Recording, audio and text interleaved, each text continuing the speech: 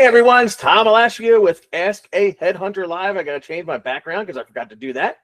But we got people already joined. We got Brent and Tate, our regulars, and the new Michael Santiago. Welcome, Michael, to Ask a Headhunter anything, I should say. So we're going to let you go first since you possibly have a question. So what's up? Actually, I don't have a question. I just wanted to kind of tune in. It's the first time I've ever been here. Oh, no problem. No problem. So what we do, and for other people watching, is this is Ask a Headhunter Live. We have a 12:30 show every Friday where we actually pick a topic and usually do a roundtable discussion. And we've been doing recession proof your desk this last couple sessions.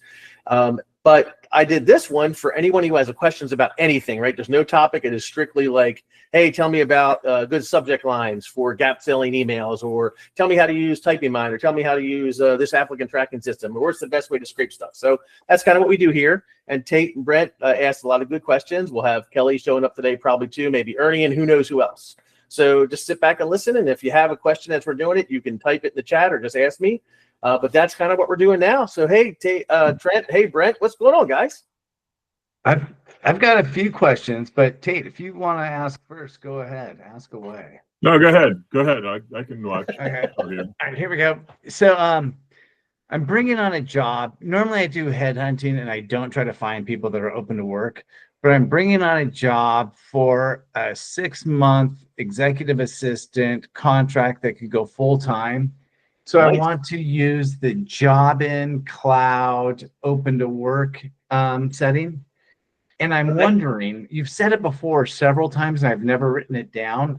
Could you just tell me what your process, because I use Loxo as well, but so you find the folks in Job-in and just walk me through what your process is when you recruit, because I'm just going to. Okay, so do you know how to start? Like, okay, so what I would do is I would put a list together in LinkedIn Sales Navigator, right? So I'm going to go to LinkedIn Sales Navigator. I'm going to find all the executive assistants. Doesn't matter if they're open to work or not. We're just going to put all the executive assistants in that are in a, say, 25-mile radius or 35-mile radius of your client, right?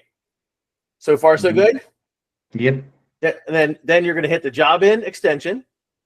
Yeah, and that's going to grab everybody in that list. Now, you can, if you want to kind of narrow them down and like make a leads list. So what I would do is I might, depending on the search, do the search, a bigger search, like 25-mile radius, executive assistant, right? No degree or whatever. And then slowly look through real quick and check the ones I like and then add them to the lead list.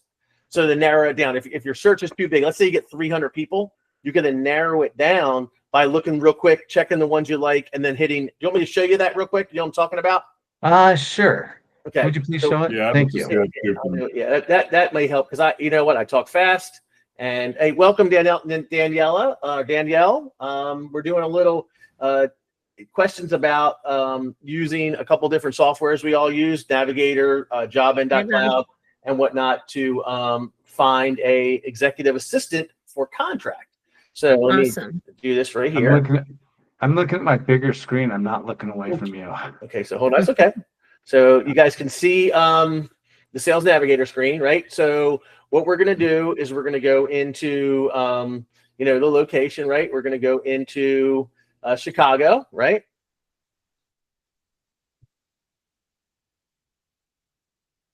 And Greater Chicago, right? That's going to give us everybody in that Greater Chicago area. And then we're going to, and depending on what, your thing, like I might put an executive assistant in here. Executive. And if you make fun of my spelling, I will kick you.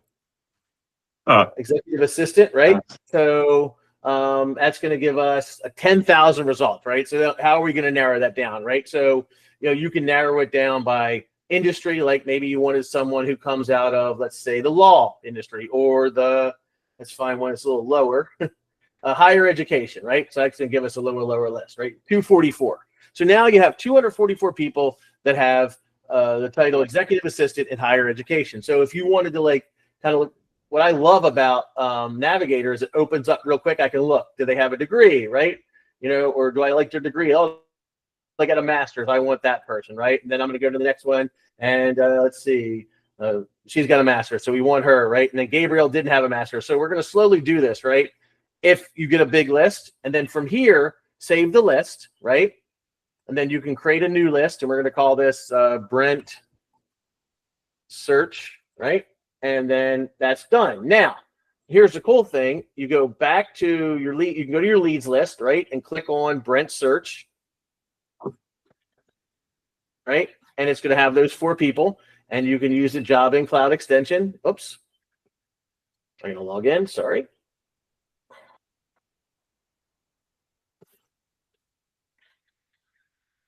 Sorry about that, guys. I didn't mean to do that. Yeah, I know. Yes, I know I'm me. I know I'm welcome. Yes, I know. Synchronize now. Yeah, Go to LinkedIn. Yep, we're all good. Okay, so come over here. So now we click that. Oops. Fudge sickles. I did not want to do that. I gotta hide that extension. Sorry about that, guys. Where was that extension? That was that one here. Okay, so we go back to here, right? And then we'd hit the job in extension, and it'll extort the profiles, right? So you can do it that way, or you can go back to lead filters and choose, because some of them, you know, like maybe you want to do, like you come over here to leads lists and click on Brent's. I spelled your name wrong. So where is it? You spelled it patent, but that's okay.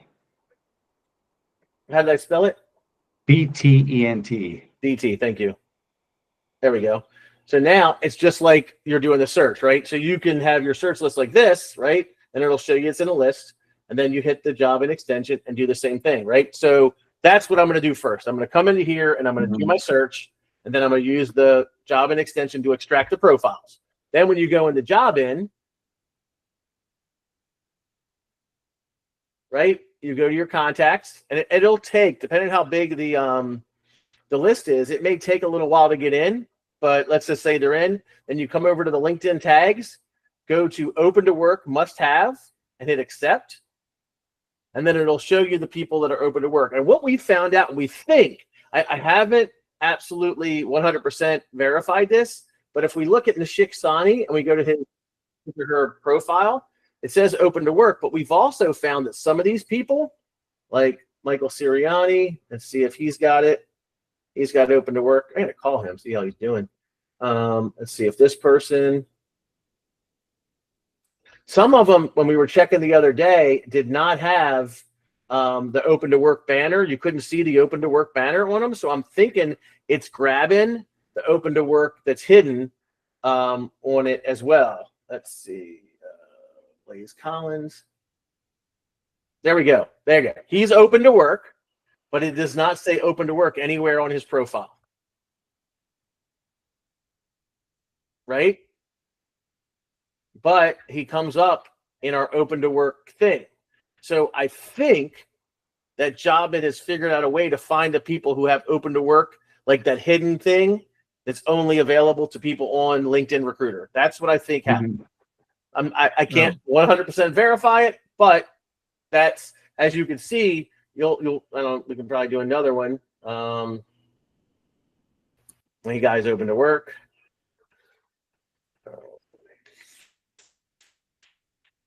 Do you use Sales Navigator in lieu of Recruiter? Absolutely. So you don't have LinkedIn Recruiter. Okay. Yeah. Okay, so a couple things. I'm not big on open to work, and as Brett you came in a little late, as Brett was saying, he's neither either, but he does have a client that, hey, we need help with this. So this is how you can use open to work without paying the $800 a month for LinkedIn Recruiter. Navigator $79, right? Oh. So what I tell people is if you use open to work all the time and it's very important to you, and or you use in-mails all the time, meaning you make money from sending in-mails, then stay with Recruiter. Right, that's fine. But if you are like me, which is passive candidates, I don't care about open to work. I've sent, like, you get 50 in-mails. Let's see. Let's look at Morales for a second. So if I send her a message, you'll see right here. One of 150 credits. So I get 50 a month, but it rolls over to 150, and that's the max you can do. I have yet to use any of my credits, right? If I look at my email sent, I 4 in the last year. So those are important to me. And that's why, in my opinion, Navigator is better, right? Because you save in, you know, $600, $700 a month, depending on what thing you have. And if you need to do an open to work, you can. The only problem is you have to download the entire search versus search by open to work, right? That's the only negative. But other than that, I think it works really well. So far, so good, Brent? So far, so good. If I were you, the next thing I would do then, right, is you know, find the, let's say, the people who are open to work, right? Let's say he's 8. Then I'm going to do my bulk connection invitation. And then I'm going to take the contact's first name, right? And be like, you know, hey, Cindy, or hey, or after his first name, my name's Brent. I'm a headhunter. I have a opportunity in Chicagoland for an executive assistant with a nonprofit in the educational industry. Would you be open to a conversation? That's going to be my very first reach out. Then after I send an invitation, I'll probably move them into Loxo, enrich them, get the email addresses, and then either send them an email if they don't accept my connection request in 24 hours, or I'll call them and then send them an email. Does that make sense? Mm-hmm. Yeah, so that is pretty much, you know, for anybody who sees this or watching out, that is my kind of proprietary process. Like every search that I do very similar to this, right? I have a search right now. I was on Sales Navigator today, as well as some other sourcing tools, putting together an entire list of like 70 people who that are qualified on paper for the job, but this job requires travel. So I'm kind of going back and forth of just like, do I call them or do I send them a connection request with like, hey, I'm a headhunter. I got $120,000 to $140,000 a year job. My concern is I don't know if I could sell the job as best as I want to in the little connection. Usually I can, but this particular job might be hard to sell the way I want to sell it. So it might be I'm just going to smile and dial on all of these people because it's a very important position. It's about a $40,000 fee. So, but if I could sell it in that really simple connection request note, I would do that first. Hi, my name's Tom. I'm wonderful and great. I got a position that's awesome. Let's talk.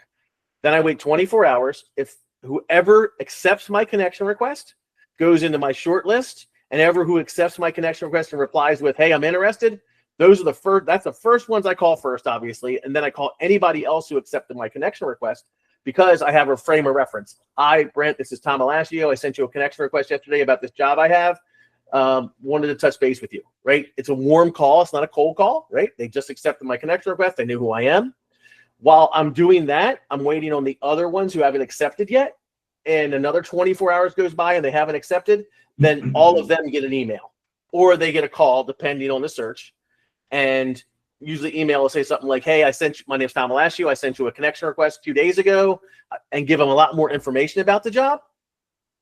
And then I'll call them, or vice versa. I'll call them, and if they don't answer, then I'll send the email, right? But the idea is on any search that you're doing, and for those people who are listening and watching, is you touch every single candidate at least 2 to 3 times, right? Because there's a connection request, an email, and a phone call, right? And that gives you an opportunity to hopefully touch every single one of those persons, like where you actually talk to them or they read your email. And you know that you've fulfilled your obligation to, hey, I want to make sure I get a hold of all 80 people. At least all 80 people have either gotten a connection request from you and read it and told you to fuck off, got your email and read it, told you to fuck off, or got a phone call from you and told you to fuck off, right? So that's the idea. I feel good after I've done that, like, hey, I've done this, now what? Questions, concerns? I just feel good when somebody tells me to fuck off. I get a response. Well, Hey, fuck off, Brent. Well, the funny thing is this, right? My son's training as a sales rep right now, and every no is get you closer to a yes, right? If you look at life like that.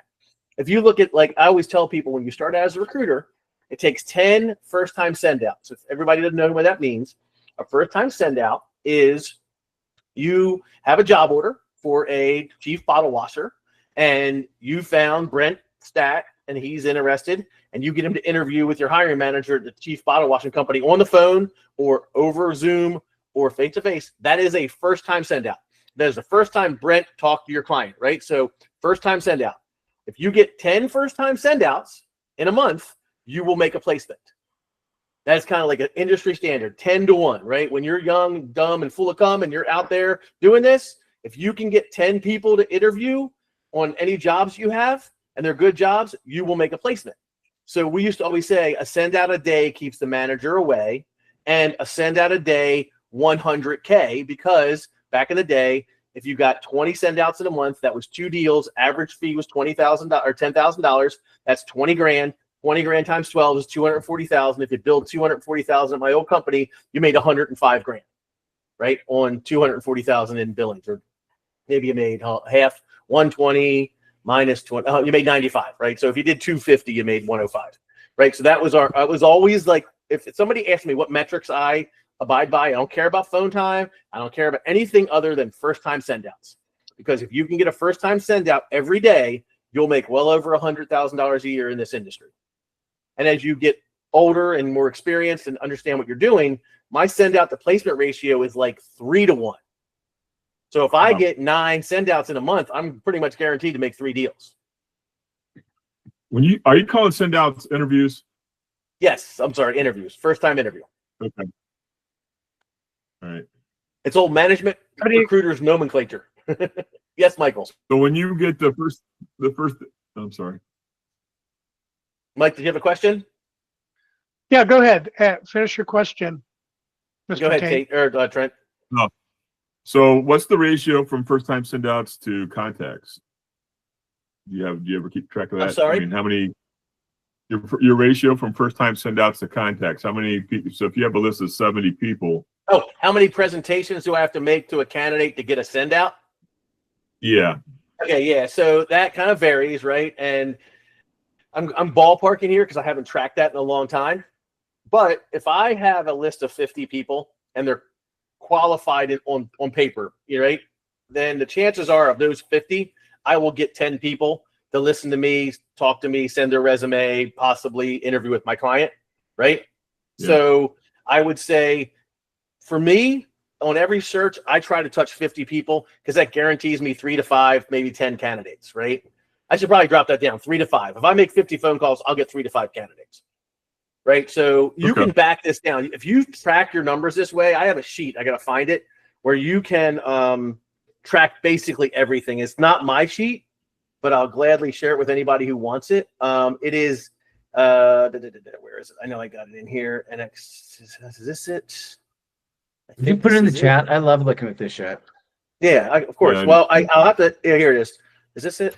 No, that's the profile.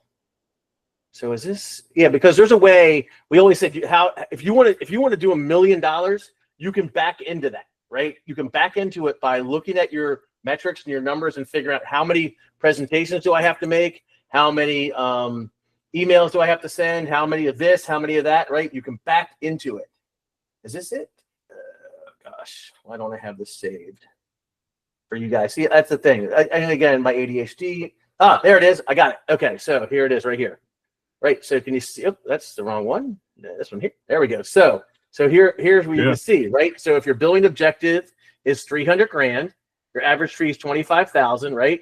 Number of first-time face-to-face interviews for a placement, 8 to 1.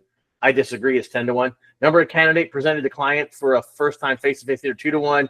Number of candidate recruited, yield 1. Number of first-time face-to-face interviews, number of candidates, right? You go through and you can back into this. So this says number of recruiting presentations to recruit 1 candidate, 6 to 1. Right? So it takes 6 presentations to find 1 candidate. Number of recruiting presentations you can make a day, 14 to 15, right?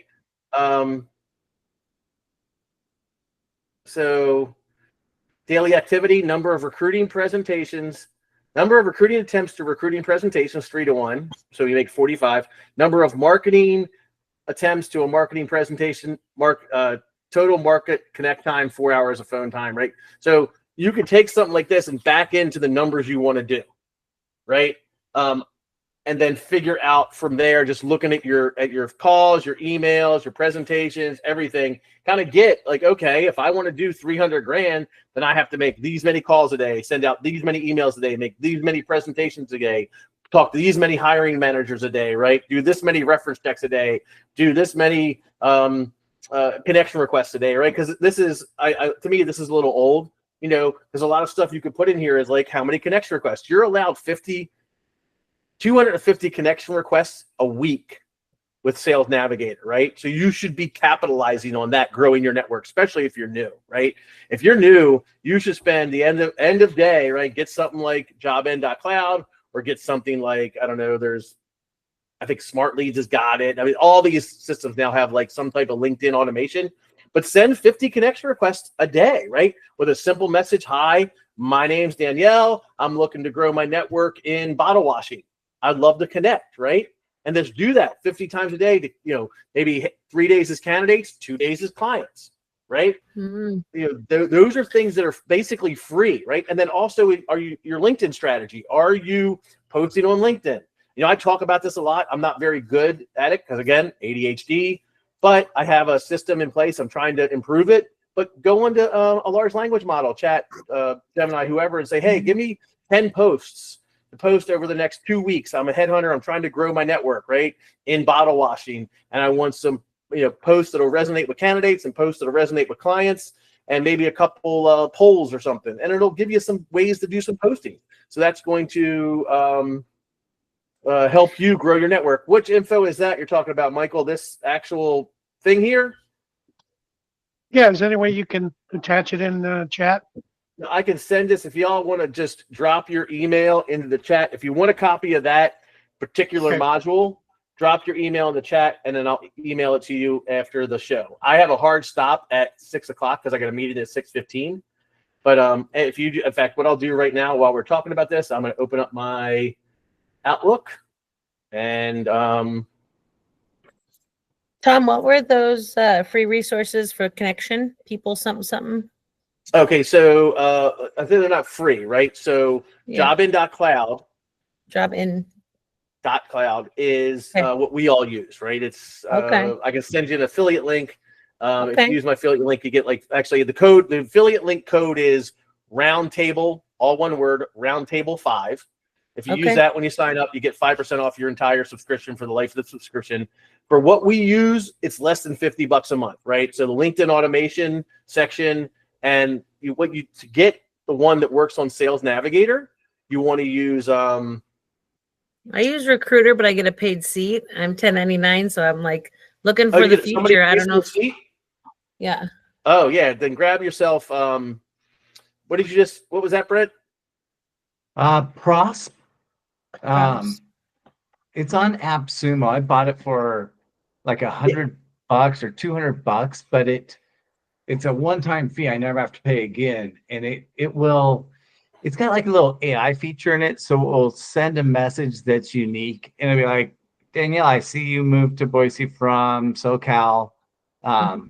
Looking to connect here or something. And it says, and the messages are decent. Populated. That's cool. Okay. Yeah. There's also Canbox, right? I bought Canbox off AppSumo, and that sends, they limit their connection requests, I think, to 100 a week. But again, it was, it's for LinkedIn, Ipsos. So Canbox works on OG LinkedIn, LinkedIn Recruiter, and LinkedIn Navigator, I'm pretty sure. I know Jobin works on all three as well, right? OG LinkedIn, LinkedIn Recruiter, and Navigator, right? And I don't know about Prospa. That's Brent's deal. But any of these, right, whether you buy them off of, here's the deal. Okay, so be careful, right? Because depending on how the Chrome extension works and what country you're in, right, that can get you banned. I have a client I'm consulting with in Ukraine, and even though they use a VPN, she got banned for using a Chrome extension that I use all the time. Oh, wow. And I've never even gotten as much as a how do you do. And she got banned for 48 hours, right? So she had to delete the Chrome extension. So you line up your parameters and it just does it for you daily to the limit? Yeah, so what, like Jobin, for example, what you would do is, let's say if you were watching the Navigator thing I was doing, let's say you said, you know what, I want to grow my network with 500 bottle washing candidates, right? So you do the search, and then you could set it up to send out 50 a day of all 500, right? Jobin will throttle that for you, right? They'll make sure you don't send out more than 50 a day. I wouldn't do that because I don't want stuff going out on the weekends. So I would do like 200 at a time, right? I do 200 with a little message. Hi, my name's Tom. I'm a headhunter. I'm trying to grow my network in bottle washing. Let's connect, right? And then I let that run over a 2-week period. Now, here's the thing. You don't want a lot of outstanding connection requests either, right? You want to keep that number under 300. They say under 6, but I'm like, why would you want to have 300 outstanding connection requests, right? So after I run some of those connection request thing, I'll then go and use Jobin does this for as well, withdraw connection requests. And I'll do the oldest 100 or the oldest, 50 or whatever number I'm at to keep my connection requests, outstanding connection requests down, right? You can always send them a connection request later, but you have to wait 2 weeks after you withdraw. But that keeps you in the good graces of LinkedIn. The other thing I was saying was, anytime you're doing anything with automation, even though some of these people, these tools say they don't, it doesn't affect you, I always tell people this: human speed. Anytime you're using a Chrome extension with LinkedIn, they run at human speed, right? So if you're sending out connection requests and then it's doing it at human speed, those 50 for the day, and then you're on another part of LinkedIn, OG LinkedIn or whatever, and you're sending messages and you're talking to people and you're posting stuff, LinkedIn notices that and says, wait a second, they're moving faster than human speed, then you'll get in trouble, right? So also don't do anything that goes through like a 24-hour, like it's doing stuff for 24 hours straight, because then they're going to say, wait a second, what, this guy didn't fucking sleep? Right? So think about that human speed aspect of anything you do when you're using a Chrome extension for automation, sending, anything that deals with LinkedIn, because that's how they nail you. Doing too much stuff all at the same time with your Chrome extension to yourself, or doing stuff that runs too long. But other than that, I've never had an issue with Jobin, with Canbox, with any of the Chrome extensions. I use a ton of Chrome extensions. Canbox, Jobin, Signal Hire, SalesQL, right? A SalesQL does 25 at a time. You can open up a search on LinkedIn Sales Navigator. It had 700 people on it. And hit 25 and just sit there and wait. Hit 25, sit there and wait. It can get tedious, but it works fine for a guy who does lists of, say, 50 to 100 most of the time, right? And it'll grab 25, find the emails and the phone numbers for $40 a month. Yes, and it's, I think I answered that. Yeah, so just be careful, right? If you're going to use a Chrome extension, send me a message. Hey, Tom, I downloaded this. What was that stuff about a human speed again, right? Or, can I use it and get in trouble? Yeah, once they banned my ID, I emailed them with the government ID, which was a whole thing. Yeah, exactly, right? If they think you're a fake account, that's a big thing now, too. One of the recruiters that I'm friends with on LinkedIn just posted, I ran a job, and my affiliate code is Roundtable, all one word, 5. Roundtable 5. Yep, I think so. Yeah, it's Roundtable 5. So he got applied. All these people applied. No profile picture and less than 20 connections. Those are fake profiles.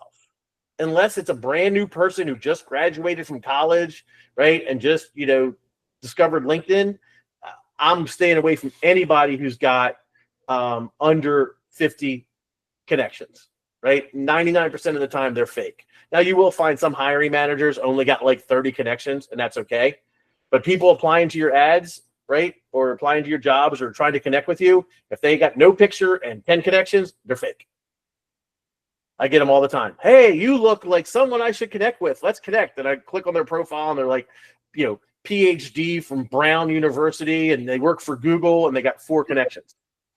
Sure. And they've been on, you go and look at their profile. They made their profile 4 days ago, right? Those are fake.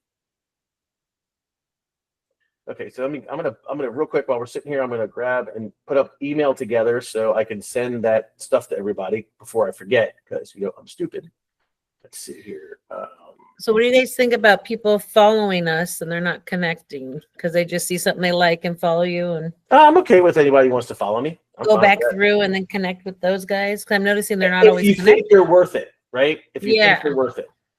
You can't just connect with anyone. Yeah, so there used to be a thing called LION, LION, LinkedIn Open Networker, right? And that was a big thing. You would connect with someone who was a LinkedIn Open Networker, and that would allow you to see a lot more people. And they kind of change that now, and things are a lot different. In fact, it used to be against the rules to connect with anyone you didn't know. They even said that, right? And I had friends of mine who had gotten their accounts in trouble because they were sending too many connection requests to people they didn't know. And if people so I don't accept every connection request because I get a lot of RPO people, but I feel for the RPO people, right? So, and I don't want to get them in trouble. So I never say I don't know them. I just leave their connection request outstanding because I think that's probably a better thing to do than to deny it because I don't want to get them in trouble, right? So that is why I do the withdrawal, because I think maybe some people do the same thing that I do. It's like, oh, I'm not going to say I don't know the guy. I don't want to get him in trouble, but also I'm not going to accept his connection request, right? So that's one of the reasons I do that. Where was I going with this? And it used to be if you sent an in-mail back in the day, and I still don't know if this is true. Now, I don't know how they do it now, but it used to be if you sent an in-mail back in the day and the person responded, you got the credit back. And then they switched it to if they didn't respond, you got the credit back after a certain amount of time. Or maybe it was the other way around. But anyway, so I don't know how that works now, but very early on in LinkedIn, if you sent a LinkedIn in-mail and either they responded or didn't respond after a certain amount of time, you got that credit back.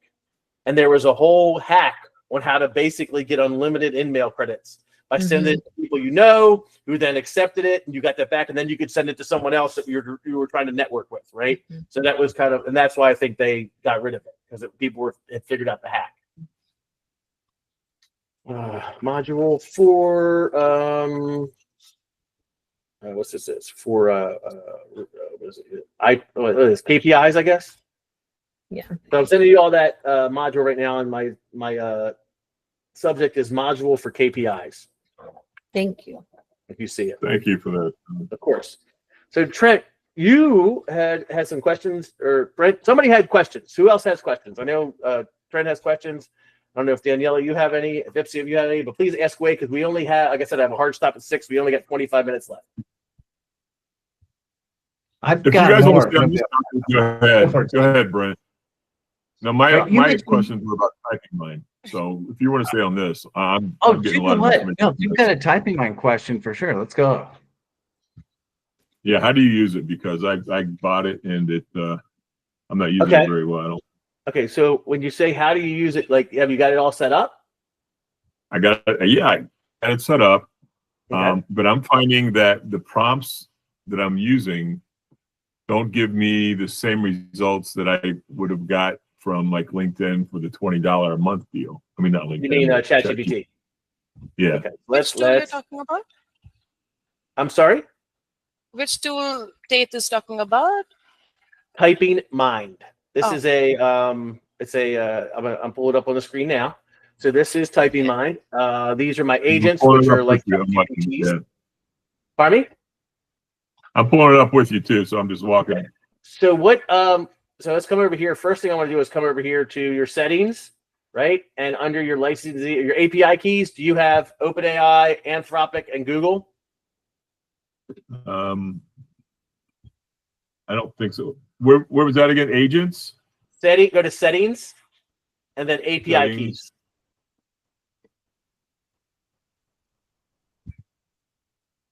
Yeah, I got Gemini, Google, Anthropic, and OpenAI. Okay, so here's one of the things that maybe I don't know how long you've been using or whatever, but there are actually limits. There are actually limits though. Once you pay for the API keys, and let me see if I can show you what I'm talking about. Right.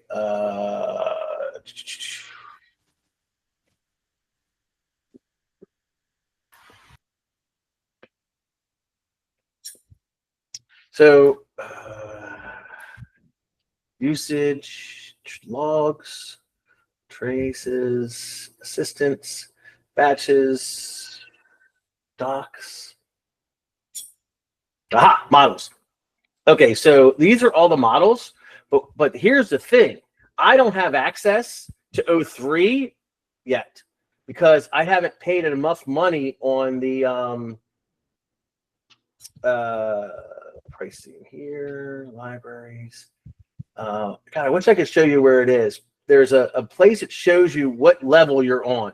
Level 1, level 2, level 3, right? Level 4 and level 5. I think I'm at level 3 now. Okay. And there we go, rate limits. Aha, there we go. Here's your tiers. Tier 1, you've paid $5. on to API. You've paid 50 and had 7 days since your first successful payment. And then tier is $100 paid plus 7 days since your first. And this doesn't mean that you've used $100 worth of. I just actually, if you look at my usage, I put $50 on there so I could jump up to tier 3. Okay. Right. So I'm in tier 3 now, and then it shows you your rate limits on. I don't know where that is, but it'll show you the rate limits for usage tiers. Is this it? Organizational level. Let's see. Hold on. Let's go back to that. If this isn't important, just let me know. We can move on. But model usage tiers are here. Yeah, I don't even know what a rate limit is. Well, yeah. So for example, this is what it costs for the input, the output, right? For this particular model, and then there's probably a place here that'll say if I'm allowed to use it or not.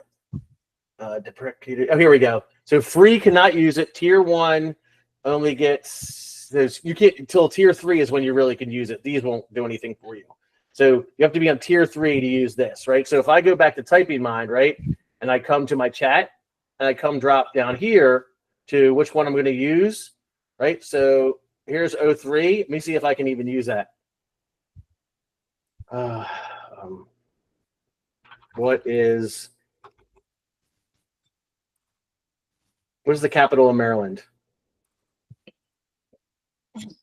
Oh, it's let me use it now. So I probably hit a level that I could use it on, right? There's because before it wasn't letting me use it, right? So we have all these here. Maybe it's 01 that won't let me. But so I have all these things. So when you're doing what you want to do, Brent, what model are you using as your default model? So when you look at this here, like if you hit 4.0, 4.0, 4.0, like just like that. Okay, so then when you're doing the prompt that you did on ChatGPT when you paid for it, is it the prompt or is it an agent? It's a prompt. So I still don't know how to use agents. Okay, I'll help you with that. What specific prompt was it? I don't remember. I mean, it seems I've been doing them all day. I mean, it just didn't seem right. So, do you want to share your screen with me and show me your chat history? Sure.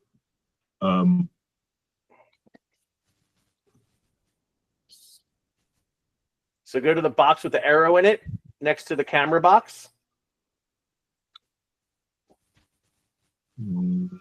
Where's my arrow? Okay. Did everybody get my email? Not yet. No. You got it? Cool.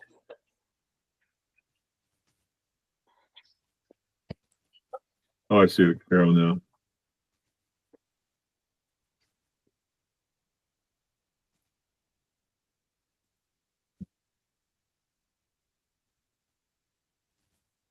Did you include me on that email, Tom? I did. I thought I did. If not, I'll send it to you. Don't worry. So go to chat.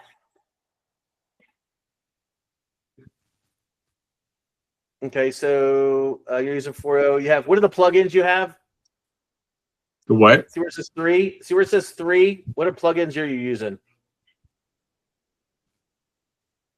To turn off your plugins, did you set those up? Yeah, I just clicked on it because I was playing with it. Click enable. See where it says enable plugins at the bottom? Yeah, there you go. If you haven't set the plugins, they won't work. You have to actually set them up, but that's okay. So then, which one of these on your left-hand side? There is your hit finish on your check mark at the bottom. So which one of these do you think didn't produce well? These are not mine. I don't know. These are not my. Now, if you don't want to show the job description, I understand. But if you what you can do. Okay, so first of all, you cannot do that. See where it says, would the following candidate be a good fit for this job? You need to download her profile. Do you know how to download a profile on LinkedIn? I do, yeah. But I thought Yeah, so, that was another thing. I could do that on the regular chat, and it would work. yeah. Work. For whatever reason, the URL doesn't work as well, and that's how I can show you how to do that with the plugins. But what I would do now is just, if you want to do that, I would download her profile and then drop it in there, and then it'll work. Okay. Right? They're again, it's not perfect, but you'll find once you figure out the little nuances, it works so much better. Right? But what you can also do is go to the left-hand side next to where the plugins were. No, at the very bottom of the box, the chat box, where you type. Yeah, where you type. Yeah, see the little drop down right above that, a little higher, right there. Click on that. Click on that. Now pick Gemini 2.5. It's the 7th one from the or the top one. Yeah, click on that one. All right. And now hit regenerate.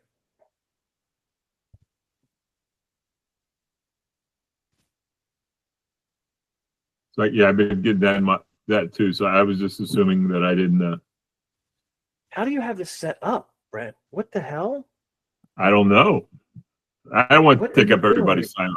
I should do some more research. You have it set up totally different than I do. I don't have those boxes because I click on that Gemini Pro again.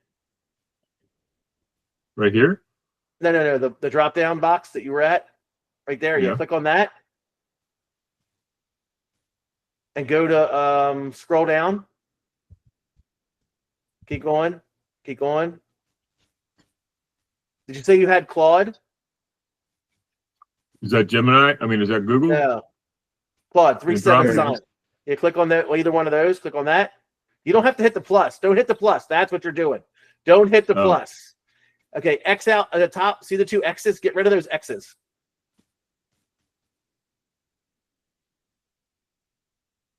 Now just click on 3.7, right? There you go. Now hit regenerate. Hit 3.7 and then regenerate. Yep, now regenerate.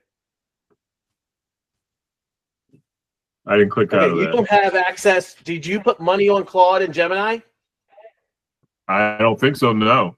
That's why. Yeah, so you may have the API keys, but if you don't have money on Claude or Gemini, you can't use them. So what you can do is once you put money on those, then you can compare to see who does a better job, right? Yeah, that was okay. And look, at another time, I'm more than happy to screen share with you and walk you through the entire setup, how to do everything. I'll help you build out agents, right? That's easy because if you have any GPTs that you built, they're easy to transfer to agents. I can help you with that as well. Okay. Yeah, I'm sorry. Yeah, let's do something.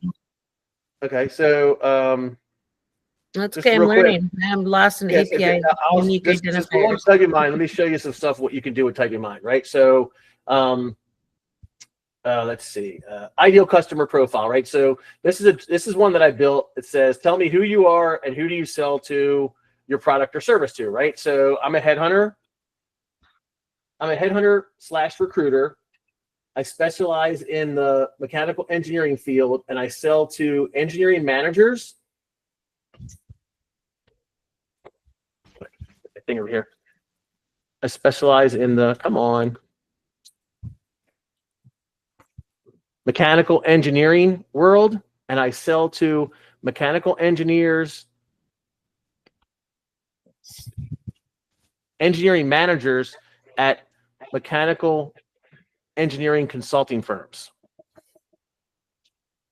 Right? So when we do that, now what it's going to do with this is it's going to make us an ideal customer persona of Mark Ellison, engineering manager, 12 years mechanical engineering experience. So now I have an ideal customer persona. And what I was going to show you is if you don't like this persona, right? Yeah. So there's 2 things you could do. You could do the plus signs and compare them, right? So I can do 2.5 Pro experimental, hit plus and hit regenerate, right? What are you talking about? I have not done my current quota. That's a lie. So let me get rid of that. So maybe it's that box thing. So let me see. Regenerate. Yeah, so it's making Chris Adler, right? But if we don't like that, we can go to here and hit regenerate.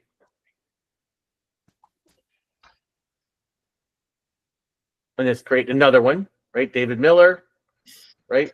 Pain points, fears what keeps them up at night, needs, wants, and desires, buying process, right? So now we have our kind of persona. You can then hit edit in Canvas, right? Click these three little dots, hit copy formatted text, and then open up a Microsoft Word document and paste it in here and get rid of this, that,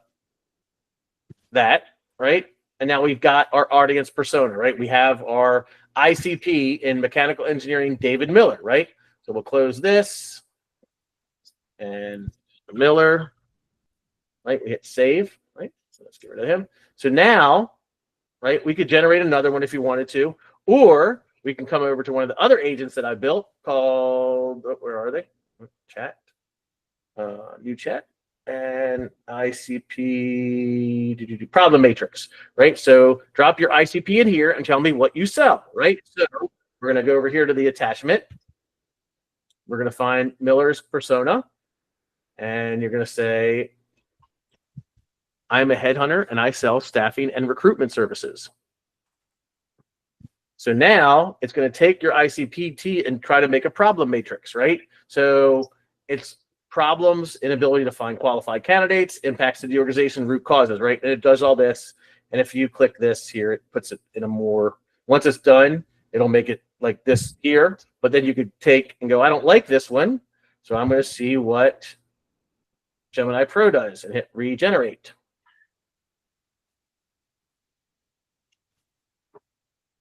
And then there's another problem matrix. If I don't like that, then I can click on Claude. I think Claude's a better writer. I don't know if they're a better researcher, and hit regenerate. So you can keep doing it over till you find something you like, or you can save this one, do another, and save this one, do another one, right? And then, see, Claude takes low. So impacts, root causes, high turnover key engineering talent, right? Lengthy and inefficient hiring process, skill gaps in specialized areas. Then you could take this, like, wait till it's done, and we're going to open it back up here. We're going to hit copy formatted text. We're going to do the Word document again, right?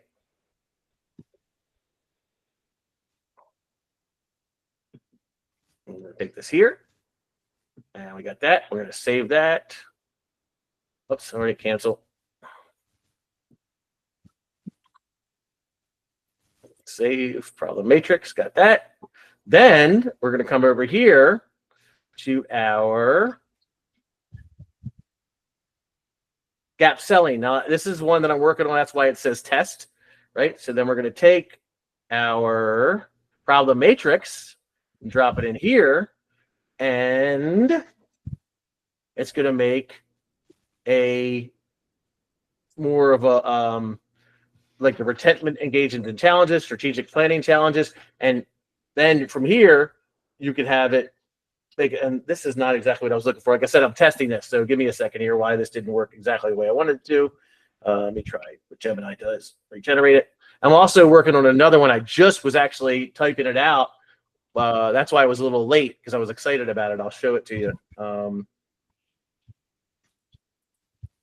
While this is running, I did one for spin selling, right? So I want you to act as a sales strategy consultant for spin selling methodology. I don't know. I just did this, and I didn't get a chance to look through it, but it does situation questions. How is your current recruitment process set up for sourcing DevOps engineers across UK and the Middle East, right? And then problem questions. What's the most challenging about hiring for DevOps? Implication questions. And then needs payoff. Would it be valuable to have a repeatable pipeline of client-ready DevOps candidates specifically curated for boutique consultancies, right? So I think this is working the way I want it to, but I haven't had a chance to try it out in my industry because I couldn't find my persona in the time frame I needed, right? So I did someone else's persona I did for them. But anyway, so this is my spin selling. So spin selling is a methodology of Neil Rackham. Neil Rackham. I don't know who that is. Yeah. The author. He Oh, is he? Okay. Yeah. So I just discovered this. So it's situation, impact, situation, problem, implication, and need payoff, right? So using that, I'm trying to build out an agent, right? So we can do, because here's the thing, right? We all want to do MPC calls, right? But if you don't have an MPC, how do you sell your services, right? Everybody wants to say, I'm wonderful and great and got this awesome software, yada, yada, yada. But no, you need to be benefits, right? Sell your benefits, solve their problems. If you don't know what their problems is, how can you solve them? So by using the ICP, the persona with the pain points, and then either the spin selling or the gap selling, you can create an email or a presentation, or, you know, when you're calling and talking to them, you know, these are situational questions. How much how much of your time is weekly is spent on recruitment versus delivery or architecture work? You know, when you're talking to a hiring manager at a small company and you say that to him, and he's like, well, I don't know. I said, you know, what's been the most challenging about hiring structural engineers or mechanical engineers in your market? You know, and what happens if the current talent challenges persist in the next quarter? Do you foresee project delays, increased costs? How is that going to affect your bottom line? Are you going to get bonuses? Well, what if you could cut time to fill down by 30 to 50% without compromising on candidate quality? What would that mean to your roadmap? Boom, you are empathizing with him and then suggesting ways to help solve his problem, but talking to him and asking questions and bringing him there, right? Bringing him to the solution versus telling him what the solution is. So again, I'm not big into this. I don't know exactly how it works, but that was my idea with this. So let's go back to our problem matrix for the engineering manager, and Gemini is broken. I don't know what happened.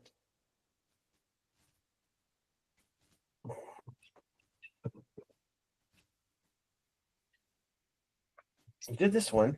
It didn't work out the way I wanted to. Anyway, so these are the kind of stuff you can do for people who are watching, because we're getting close. This is the stuff that I can help you guys do, right? Because we could build these agents out, right? Like these are all my agents. I got copies of copies of copies, right? I'm constantly doing stuff. So to create a new agent, you would just take whatever was left over from your GPT and put them in the system instructions. Any description, let people know what it is. Is there a welcome message, right? A conversation starter. So it could be like the welcome message is, hello, I'm a spin selling consultant. I'm going to help you, develop a spin selling. And then the conversation starter could be, drop in your ICP, right? Ideal client persona, and I'll help you do spin selling. Sorry about that. My cat stepped on my board, right? So that's what's cool about this. And you could override instructions. And also, and I know I'm getting all over the place, on the models, you'll see that I copied DeepSeek, which is the Chinese model. And there's their parameters. They're what they consider to be their default parameters, right? So these are the default parameters that TypingMind sets up for temperature, context limit. I made a copy of it and changed the parameters, right, to I wanted it much more creative and less open-minded, right? So if you find a model that you kind of like, but you want to mess around with its creativity, or you want to increase your max tokens to get more, or reasoning or whatever, you can do that by copying any one of these models, right? So I could copy, this model and have GPT by preview normal, and then when you come to here, override global parameters and fix them. So, and this is really for like people who are much more versed in it than I am, but I did find that I liked the creative side of the Chinese one. I also have a lot of custom models. These are all 100% free. This comes from a place called Open Router. And Open Router is an aggregate for every single model that's available in the world. And as you see where it says free, right? You can use these and not be charged at all. Some of them are good, some of them aren't. And you'll see, like, if we go back to our chat and here we go. Okay, this is what I was looking for. This is the gap selling problem matrix that Gemini 2.5 did, right? And it took all the stuff that was in there and how we can use the gap selling to sell to our ICP. But let's go to what is this? this is at ICP, right? So we generated it with here. We can come down to any of the free ones that I have, right? So Olympic code, right? Let's click on that one, hit regenerate. So no, oh, do I have to turn these off, sorry. Let's see, DeepSeek, that one we've already used. Let's check a moonshot, right? So regenerate with moonshot.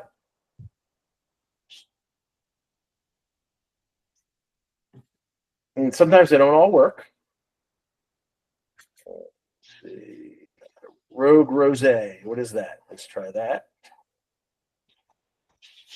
There we go. Right, so it's making another one, right? If we don't like that, we hit stop. And we come down here to Meta Llama.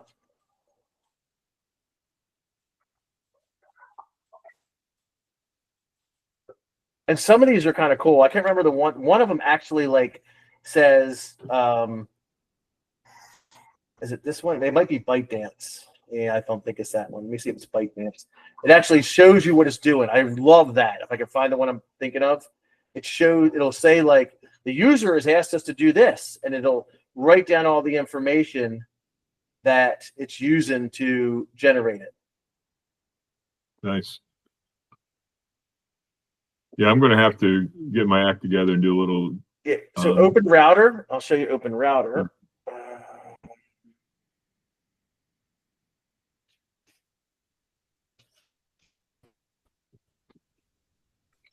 I've got to hop off. I got 3 o'clock.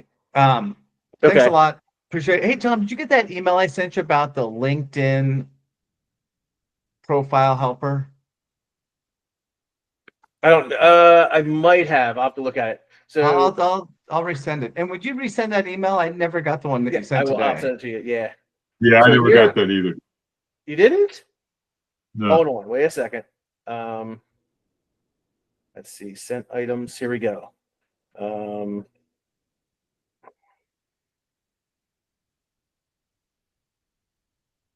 Oh, I guess I didn't send it.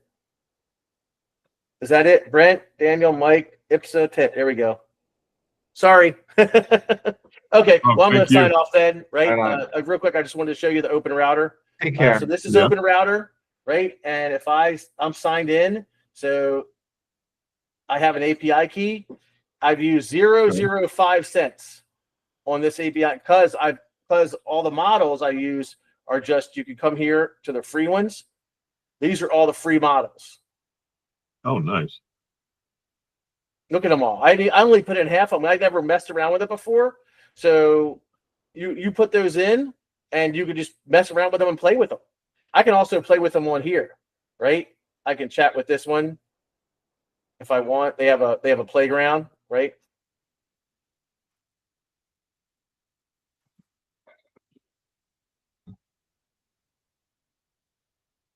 And Gemma 3MB4 is part of the Google AI Studio, right? So, and that's the kind of the cool. You'll start looking at the different models and who owns them, who runs them. Like MetaLlama, Instruct Free, Lightweight, Ultra Fast, Microsoft Phi, Reasoning. Again, I don't know exactly how all these work, but they're free and you can mess around with them. DeepSeek, I love DeepSeek, right? I have DeepSeek on here. I use it a lot. It's Chinese. People get crazy about it, but I love it. Yeah, I know. You told me about it. I'll check it out. Okay, so thanks everybody for showing up today. I appreciate it. It's not everybody that watched. I appreciate it. This Friday, 12:30 Eastern Time is our Recruiter Roundtable. All recruiters and staffing pros are welcome. You can join and talk, or you can sit back and listen, or you can watch us live on youtube.com at the Recruiter Roundtable. You can also go there and see all of our past videos, 3 seasons, plus Piping Mine videos, and a whole bunch more. Until then, thanks for showing up, and don't forget to smile and dial. Tom, I appreciate it. You got it, Red. See ya. All right. See you later. Bye.